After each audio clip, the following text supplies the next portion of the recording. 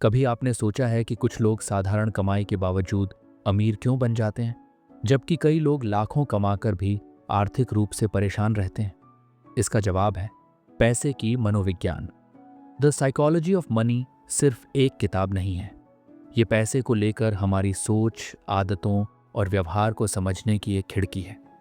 इस किताब में लेखक मॉर्गन हाउसल बताते हैं कि फाइनेंस की दुनिया में सिर्फ नंबर्स की नहीं, बल्कि इंसानी इमोशंस, फैसलों और नज़रियों की भी अहम भूमिका होती है। हम सबको यही सिखाया जाता है कि पैसे कैसे कमाए जाएं, लेकिन कोई ये नहीं बताता कि पैसे से कैसे व्यवहार किया जाए। और यहीं से शुरू होती है असली कहानी, द साइकोलॉजी ऑफ मनी की। ये किताब हमें दिखाती है कि समझदारी से पैसे का इस्तेमाल करना किसी फॉर्मूले से नहीं, बल्कि हमारे धैर्य, संतुलन और लॉन्ग टर्म सोच से तय होता है। अमीर बनने के लिए आईक्यू ज़रूरी नहीं, बल्कि अपने व्यवहार को कंट्रोल करना ज़रूरी है। यही वजह है कि अक्सर पढ़े लिखे लोग भी फाइनेंशियल फैसलों में गलती कर बैठते हैं, और कभी कभी आम इंसान ही सही समय पर सही कदम उठाकर बड़ा खेल बना देता है। इस किताब में कोई जादू नहीं, कोई शॉर्टकट नहीं, लेकिन जो बातें हैं वो सच्ची हैं, आसान हैं, और अगर उन्हें समझ लिया जाए तो ज़िंदगी भर के लिए पैसा हमारा गुलाम बन सकता है, हम उसका नहीं। तो चलिए, इस वीडियो में हम जानते हैं कि द साइकोलॉजी ऑफ मनी हमें क्या क्या सिखाती है और कैसे हम अपनी सोच को बदलकर अपने फाइनेंशियल फ्यूचर को एक नई दिशा दे सकते हैं। वीडियो को अंत तक ज़रूर देखिए, क्योंकि इसमें वो बातें हैं जो शायद स्कूल कॉलेज में कभी नहीं सिखाई गई, लेकिन ज़िंदगी में सबसे ज़्यादा काम आने वाली है। चैप्टर 1, पैसे के बारे में हमारी सोच उतनी ही अनोखी होती है जितनी हमारी ज़िंदगी की कहानी। पहला चैप्टर इसी बुनियादी लेकिन गहरी सच्चाई से शुरू होता है कि कोई भी इंसान पैसे के साथ पागलपन से व्यवहार नहीं करता, बल्कि वो वही करता है जो उसे अपने अनुभवों से सही लगता है। जब हम किसी को बेवकूफ़ी भरा फाइनेंशियल फैसला लेते देखते हैं तो हमें लगता है कि वो व्यक्ति गैर जिम्मेदार है। लेकिन इस अध्याय में लेखक हमें याद दिलाते हैं कि हर इंसान की आर्थिक सोच उसकी ज़िंदगी की परिस्थितियों पर आधारित होती है। किसी ने अगर अपने बचपन में गरीबी देखी है तो उसका पैसा बचाने का तरीका और होगा, जबकि जिसने .com बबल में पैसा गंवाया है वो शायद शेयर मार्केट से डरता हो। यहाँ कोई एक्सपर्ट नज़रिया नहीं होता, सिर्फ अनुभव होते हैं। मॉर्गन हाउसल बताते हैं कि लोग अलग अलग समय, स्थान और माहौल में पैदा हुए हैं। उन्होंने जो दुनिया देखी है वो आपके और मेरे जैसी नहीं हो सकती। किसी के लिए शेयर में निवेश करना सबसे सुरक्षित काम लगता है, तो किसी और को वही चीज़ जुआ लगती है। और इसी फ़र्क को समझना बेहद ज़रूरी है। जब हम दूसरों के पैसों से जुड़े फैसलों को सिर्फ अपनी नज़र से आंकते हैं तो हम बहुत कुछ मिस कर जाते हैं। ये अध्याय हमें ये भी सिखाता है कि फाइनेंशियल नॉलेज कोई स्थायी विज्ञान नहीं है। ये अनुभव आधारित सोच है जो समय, माहौल और मानसिकता के अनुसार बदलती रहती है। यही कारण है कि दो लोग एक जैसी जानकारी मिलने के बावजूद दो बिल्कुल अलग फैसले ले सकते हैं, और दोनों ही अपने अपने नज़रिए से सही हो सकते हैं। असल में इस अध्याय का सार ये है कि अगर हम पैसे के मामलों में खुद को या दूसरों को जज करना बंद कर दें तो हम ज़्यादा खुले और समझदार बन सकते हैं। हमें ये समझना होगा कि हर कोई अपनी परिस्थिति में सबसे बेहतर निर्णय लेने की कोशिश कर रहा है, भले ही वो हमारे हिसाब से समझदारी भरा न लगे। अब सोचिए, अगर हर किसी की पैसे की समझ उसके अनुभवों पर टिकी है तो क्या हम कभी फाइनेंशियल रूप से जागरूक समाज बना सकते हैं जिसमें सबका नज़रिया अलग होते हुए भी एक दूसरे को समझ सके? और अगर हाँ, तो वो समझ कहाँ से आएगी? शिक्षा से, अनुभव से, या फिर कुछ और से? सोचिएगा ज़रूर, क्योंकि समझदारी की शुरुआत सवाल पूछने से होती है। चैप्टर 2, दूसरे अध्याय में मॉर्गन हाउसल हमें एक बेहद ज़रूरी और अक्सर अनदेखी जाने वाली सच्चाई से परिचित कराते हैं कि हर सफलता के पीछे केवल मेहनत नहीं होती, और हर असफलता का कारण केवल गलती नहीं होता। जिंदगी में किस्मत और जोखिम दोनों का रोल बहुत बड़ा होता है, और यही इस अध्याय की आत्मा है। लेखक सबसे पहले इस विचार को चुनौती देते हैं कि जो सफल है वो काबिल है। कई बार हम किसी की उपलब्धियों को देखकर मान लेते हैं कि उसने सब कुछ अपने बल पर हासिल किया है, लेकिन हम ये भूल जाते हैं कि कई बार सही समय, सही जगह और सही लोगों से मिलना इन सब का मिला जुला प्रभाव भी होता है। उदाहरण के तौर पर, अगर बिल गेट्स कुछ मील दूर पैदा हुए होते जहां कंप्यूटर तक पहुंच नहीं थी, तो क्या माइक्रोसॉफ्ट का जन्म होता? लेकिन जितना महत्व किस्मत का है, उतना ही जोखिम का भी है। यानी जिस तरह किसी की सफलता में भाग्य का हाथ हो सकता है, वैसे ही किसी की असफलता में दुर्भाग्य भी शामिल हो सकता है। इसका मतलब ये नहीं कि प्रयास की कोई कीमत नहीं, बल्कि यह समझना जरूरी है कि नतीजों को सिर्फ मेहनत के तराजू पर तौलना अधूरी सोच है। इस अध्याय में एक गहरी सीख छुपी है कि जब हम किसी की कहानी को पूरी तरह से नहीं जानते, तब सिर्फ नतीजों को देखकर कोई राय बनाना गलत होता है। हो सकता है कि वो व्यक्ति जिन फैसलों पर आज पछता रहा हो, उन्हीं में कभी उसने सबसे ज्यादा सोच समझकर कदम उठाया हो। फिर भी नतीजे उसकी सोच के खिलाफ निकल आए, और यही है जोखिम। लेखक हमें यह भी बताते हैं कि सफलता को कॉपी करना और असफलता से डरना दोनों ही अधूरी समझ का नतीजा है। जरूरी है कि हम किस्मत और जोखिम दोनों को अपने फाइनेंशियल प्लानिंग में जगह दें। हमेशा यह मानकर चलें कि हम कितने भी स्मार्ट क्यों ना हों, कुछ चीज़ें हमारे बस में नहीं होती। यह अध्याय इंसानी अहंकार को तोड़ता है, क्योंकि ये स्वीकार करना आसान नहीं कि हमारी सफलता में किसी और ताकत का हाथ हो सकता है। लेकिन यही स्वीकृति हमें विनम्र और समझदार बनाती है। अब सोचिए, जब किसी की कामयाबी में किस्मत का हाथ हो सकता है और किसी की असफलता में जोखिम का, तो क्या हमें दूसरों की जिंदगी को प्रेरणा मानकर चलना चाहिए या बस संदर्भ? और अगर प्रेरणा लेनी भी हो, तो क्या हमें उनकी पूरी यात्रा समझनी होगी या सिर्फ उनके नतीजे देखना ही काफ़ी है? सोचिएगा ज़रूर, क्योंकि फाइनेंशियल समझ का मतलब सिर्फ पैसे की गणना नहीं, जिंदगी की गहराई को भी समझना होता है। चैप्टर 3। इस अध्याय में मॉर्गन हाउसल एक बहुत ही कड़वी लेकिन बेहद ज़रूरी सच्चाई को उजागर करते हैं कि हम में से बहुत से लोग कभी संतुष्ट नहीं होते। हमारे पास कितना भी हो जाए, लेकिन हमें हमेशा कुछ और चाहिए होता है। ये लालच हमें न सिर्फ बेचैन करता है, बल्कि कई बार हमें ऐसी गलतियों की ओर ले जाता है जो हमारी मेहनत से बनाई गई जिंदगी को भी तबाह कर सकती है। लेखक इस अध्याय की शुरुआत एक चौंकाने वाली सच्ची घटना से करते हैं। हेज फंड मैनेजर राजत गुप्ता और जर्नलिस्ट बिली डॉफ जैसे नामचीन लोग, जिन्होंने पहले ही करोड़ों की संपत्ति बना ली थी, लेकिन फिर भी कुछ और पाने की चाह में गैर कानूनी रास्तों को अपनाया और अंत में जेल की हवा खाई। उनके पास सब कुछ था, लेकिन वो इनफ नहीं कह सके। मॉर्गन कहते हैं कि फाइनेंशियल दुनिया की सबसे खतरनाक भावना है तुलना। जब हम अपनी सफलता की तुलना दूसरों से करने लगते हैं, तो हमें कभी सुकून नहीं मिलता। एक आम कर्मचारी सोचता है कि कंपनी का मैनेजर बेहतर स्थिति में है। मैनेजर को लगता है सीईओ ज्यादा खुश है, और सीईओ को किसी अरबपति की लाइफ ज्यादा आकर्षक लगती है। ये एक अंतहीन दौड़ है जिसमें जीतने वाला कोई नहीं होता, क्योंकि अंत तय ही नहीं है। यह अध्याय हमें सिखाता है कि संतुष्टि एक भाव है जो पैसे से नहीं बल्कि सोच से आता है। अगर आप अपने जीवन के किसी मोड़ पर बस अब ठीक है कह पाए, तो वही आपकी असली अमीरी है। पैसा खुद में बुरा नहीं है, लेकिन जब उसकी खोज कभी खत्म न होने वाली हो जाए, तो वह जहर बन सकता है। लेखक यह भी बताते हैं कि बहुत से लोग अमीर बनने की दौड़ में अपनी आज़ादी खो देते हैं। वो अपने समय, सेहत और रिश्तों को ताक पर रख देते हैं, और जब तक उन्हें समझ आता है, तब तक बहुत कुछ छिन चुका होता है।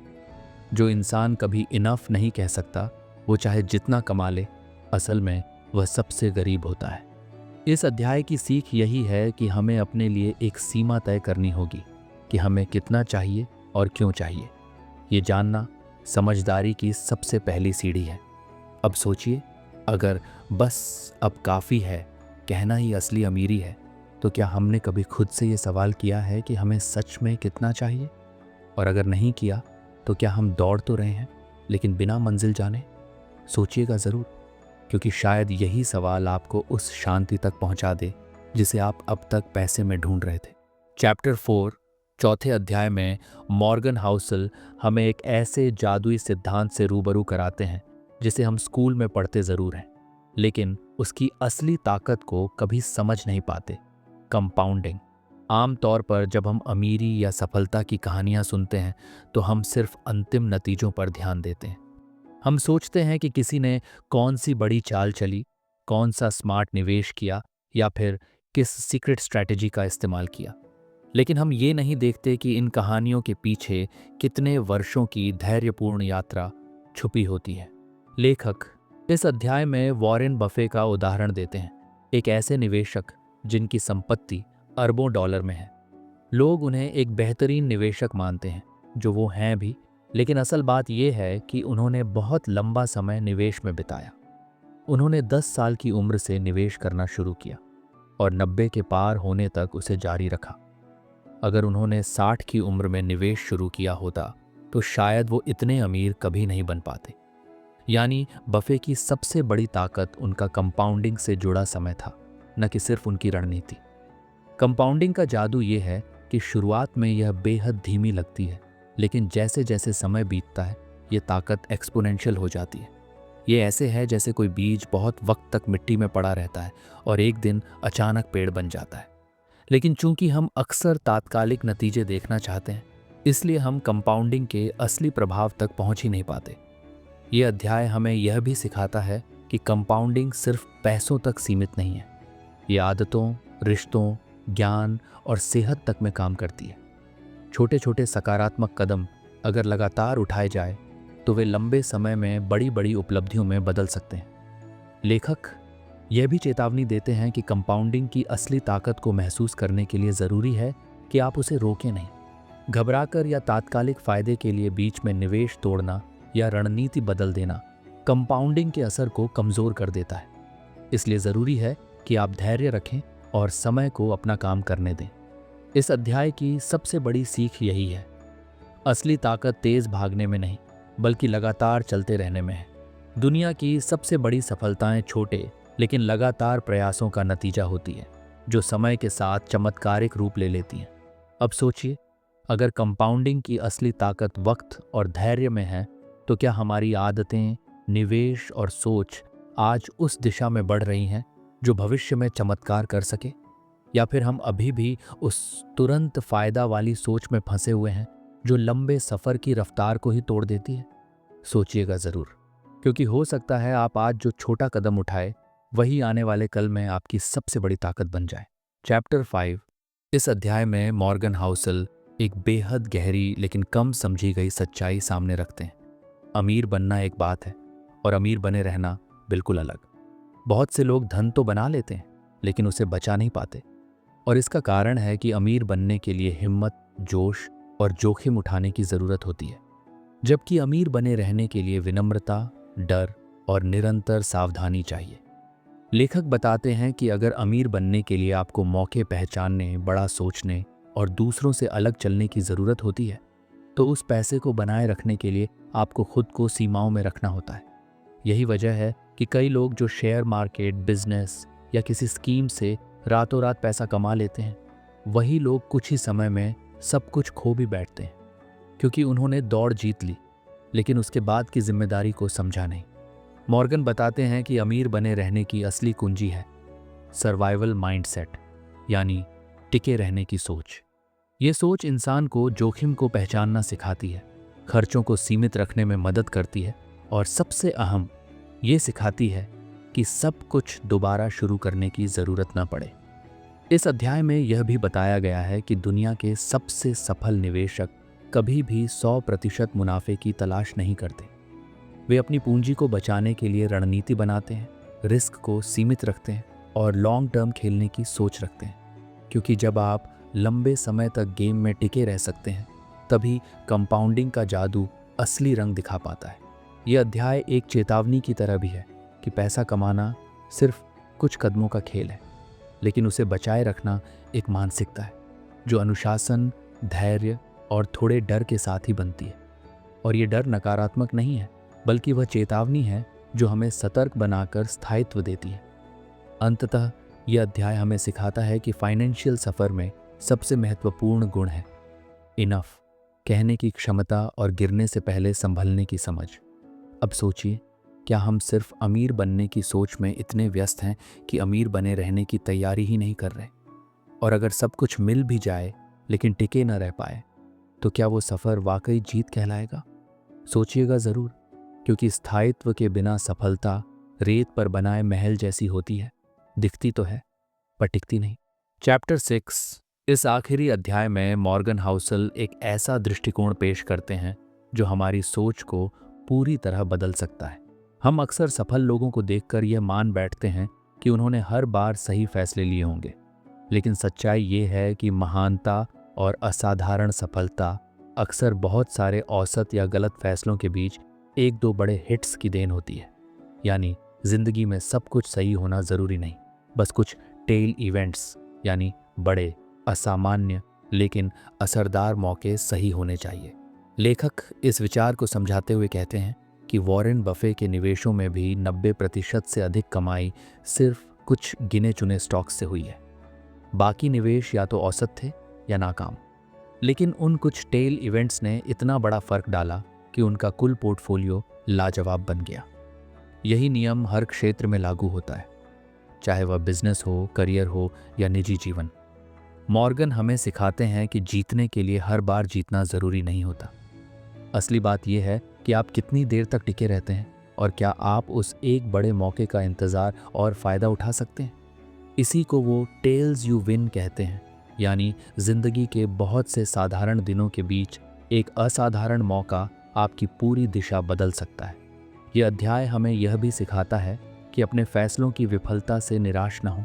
जरूरी नहीं कि हर प्रयास सफल हो, बस इतना याद रखिए कि कुछ कोशिशें अगर सही दिशा में हो तो उनका असर इतना ज़बरदस्त हो सकता है कि वे आपकी बाकी असफलताओं को छोटा बना दें।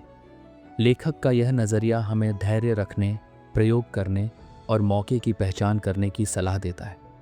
यह अध्याय उन लोगों के लिए उम्मीद की किरण है जो कई असफलताओं का सामना कर चुके हैं, क्योंकि असल बात यह नहीं कि आपने कितनी बार गलतियां की, बल्कि यह है कि क्या आपने उस एक मौका पकड़ लिया जिसने सब कुछ बदल दिया। अब बात करते हैं कुछ सुझावों की, ताकि आप इस पुस्तक की समझ को अपने जीवन में उतार सकें। हर दिन बड़े फैसले लेने की ज़रूरत नहीं होती, लेकिन हर दिन छोटे छोटे सही कदम ज़रूर लें जो आपको समय के साथ बेहतर बनाएं। अपने खर्चों और आदतों को समझिए।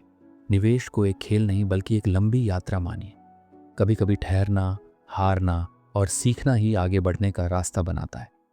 दूसरों की सफलता से प्रेरित होइए, लेकिन उनकी पूरी कहानी समझिए, न कि सिर्फ उसका चमकदार हिस्सा। अपने जीवन में कितना चाहिए, इस सवाल का जवाब खोजिए और उस पर टिके रहिए। और सबसे अहम, जब जिंदगी आपको असफलताओं के बीच एक अनोखा मौका दे तो डरिए मत।